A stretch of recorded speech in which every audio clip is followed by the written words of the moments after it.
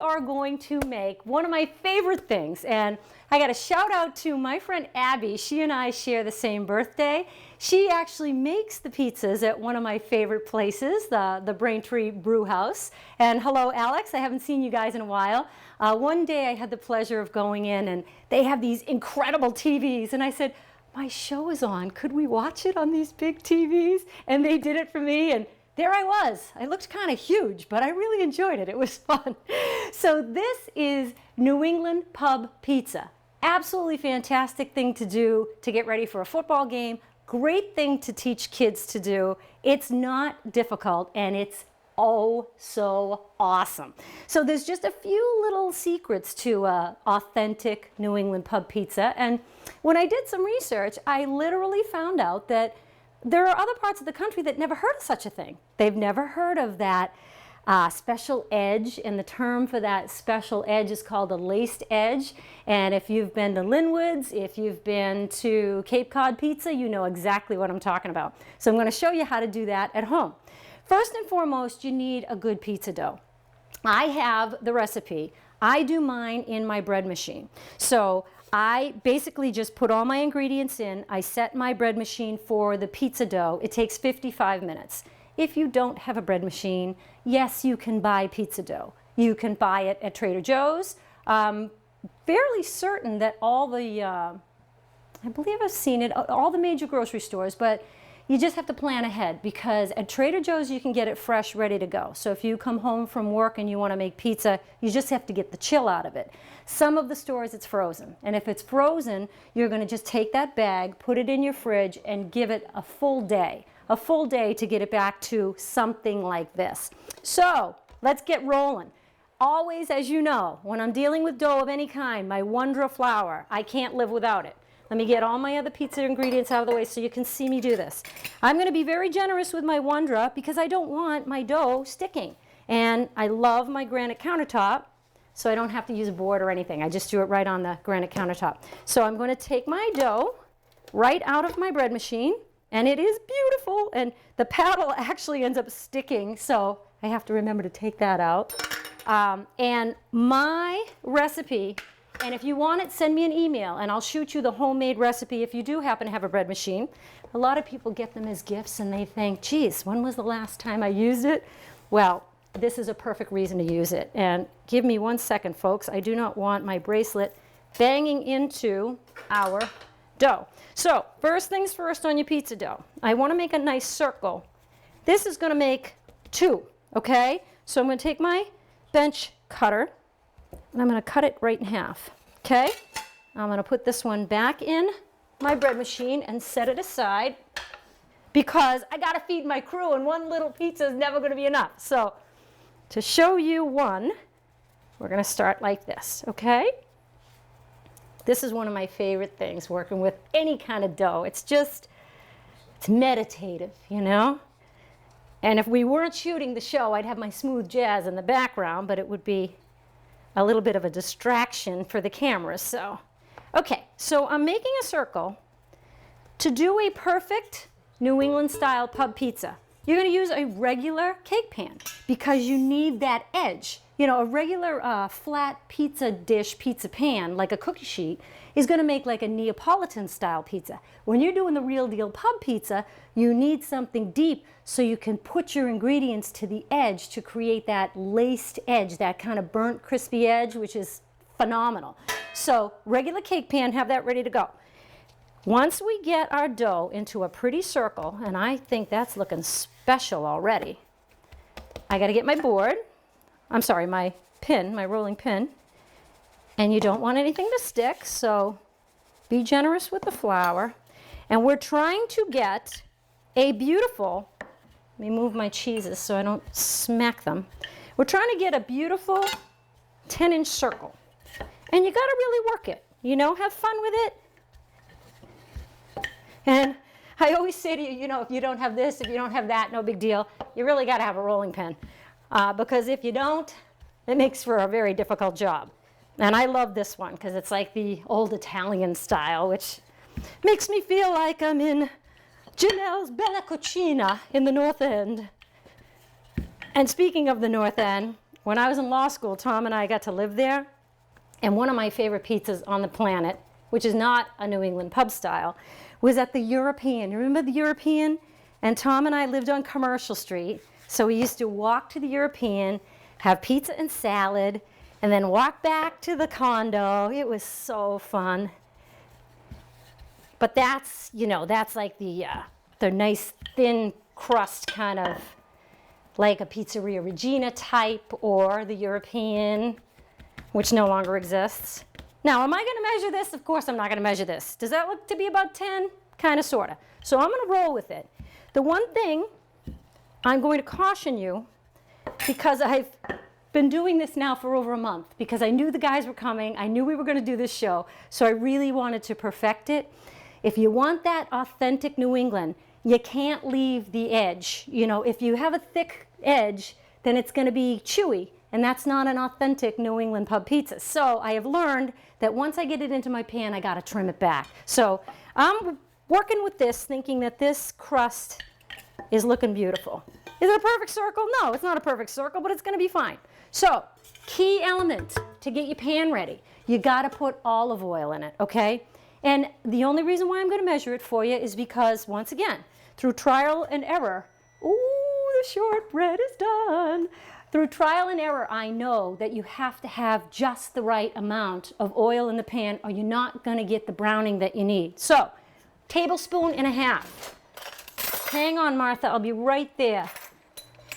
I just want to do my tablespoon and a half of olive oil, okay? Martha gets very impatient. Okay. Tablespoon and a half. Okay. All right, we'll come back and finish this pan because obviously Martha needs my attention right this minute. So let's give her my attention. All right, let's see. Oh, it's beautiful. But I have to say, I think I would prefer a little more browning. I mean, it's very beautiful, as you can see, but I'd like it a little toastier. So I'm going to give it maybe just 3 more minutes. Still back to 300, maybe 3 more minutes. I'll be happy with that. I certainly don't want to overdo it. Okay, so we can at least get our pan ready. Another thing, is it essential? Probably not, but it helps. Just a little pastry brush, paintbrush. Up in New Hampshire when I was doing this, I didn't have one, so I used the big grill one because I sometimes forget which kitchen I'm in. I'm like, where the heck is that little brush? So it just helps you smooth the oil, and you got to go all the way up the rim because you're going to be putting your sauce and your cheese all the way on the edge, and if you don't oil it, it's going to stick all over the place. So that is the concept of what I was explaining, okay? Let's get rid of our greasy brush. Now this is where we're going to massage our beautiful dough, okay? Let me just wipe this off so we can work in the middle so you can see what I'm doing, okay? Here we go. Now, I can tell I did a pretty good job, but I can also tell that I'm going to need to trim. So, I'm going to get it in here, and the exact same movement that I showed you about when we were doing the shortbread, pushing it into the pan and creating an edge, I just use the edge of my finger and go into the edge of the pan. And I literally want, it's not even it's not a crust per se. I'm going to call it a lip. You just want like a little bit of a lip, okay? So I'm going to press it in all the way around. And as you can see, I've got way more dough than I need. So I don't even need a half a pound of dough. I need less because I want it thin on the bottom so it'll be crunchy. So I'm going to take my small pizza cutter. Now, I hope I can get you a good angle here. See that size, that little lip? Man, that was 3 minutes. That was a fast 3 minutes. That little lip is the size that I want. So I'm going to trim around this whole thing so that I can keep just that. But I don't want to burn the shortbread. So let's go back and check that real quick. Let's see. You know what? I'm going to err on the side of caution because I think it looks beautiful. You can go a little toastier if you want, but shortbread is not supposed to be brown. It's supposed to be golden and a little bit brown on the edge, so I'm happy with it. And man, oh man, smell that. All right, get my bracelet out of the way. We'll put that down and let it fragrance the kitchen. And now, while I'm here, literally the most important part to a successful New England pub pizza. And again, I learned it by accident. I thought that this rack that's here was my lowest rack when I first made it. And I couldn't understand why was I not getting that crispy crust that I needed. So, lo and behold, my lowest rack is way down there. You have to do it on the lowest rack, okay? I am cranking this oven up, but I need to go put this out on the deck so I don't melt anything around here. So give me 2 seconds to get the oven reset. We'll finish off the dough and I will be right back, I promise. All right, now Martha is doing her thing for stage 2 of our program. Bottom rack, as I explained, 500 degrees, okay? We're gonna give that a chance to preheat, and I'm gonna come back and show you how we're gonna finish the crust. So, as I showed you, let me, again, slide these things so you can see. As I showed you, I've got more, that was fast.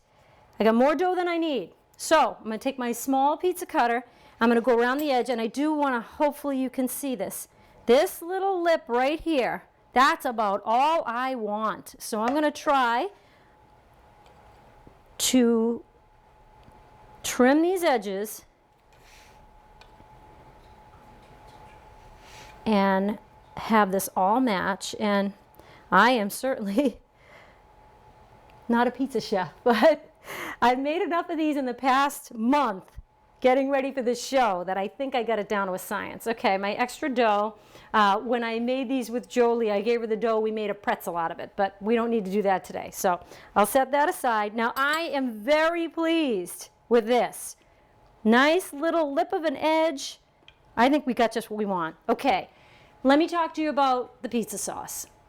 If you want to do this real deal, real authentic, send me an email. I will give you the recipe. This is a fresh sauce. It's not a cooked sauce. It took me literally 3 minutes to make last night. I didn't want to have to wash the food processor after I made our almond flour, so I figured I'd make it in advance. Fresh sauce, my cheat sheet, I'll just give it to you quickly. A can of diced tomatoes. It takes extra virgin olive oil, some salt, a little bit of sugar, pepper, and it calls, of course, for red pepper flake, which, yes, is very authentic. You know I don't do jalapeno, I don't do hot red pepper, I don't do hot anything. So I skip the red pepper, but if you want it to be authentic, it also calls for oregano. I've never been a huge oregano fan. I don't know why. So I used a pizza seasoning, which has basil and oregano and some other things. So it's going to be a little milder than just straight oregano. But if you want the real deal, send me an email and I'll tell you how to make it. And once again, when you're making a pizza, you make it the way you like it. You like it saucy, you use more sauce. You like it cheesy, you use more cheese. I'm going to show you the perfect amount of ingredients to make a perfect bar-style pub pizza, but make it the way you want, okay? I'm just giving you this as a guideline. So here's my beautiful fresh sauce. We are doing 1/3 of a cup of the sauce, and it will indeed be perfect. So 1/3. Now, the lacing part, the crunchy edge that makes it beautiful, is created by putting the sauce all the way to the edge. So I take the measuring cup initially and start it that way, but then it's just easier for me with my offset spatula. Say that 3 times fast, offset spatula. So it's kind of counterintuitive because when you do anything with a crust, like I make this tart with fruit, you always leave an edge so it doesn't drip off. Well, this is just the opposite. We want to go to the edge. We want it to literally cook on the edge and almost burn, believe it or not.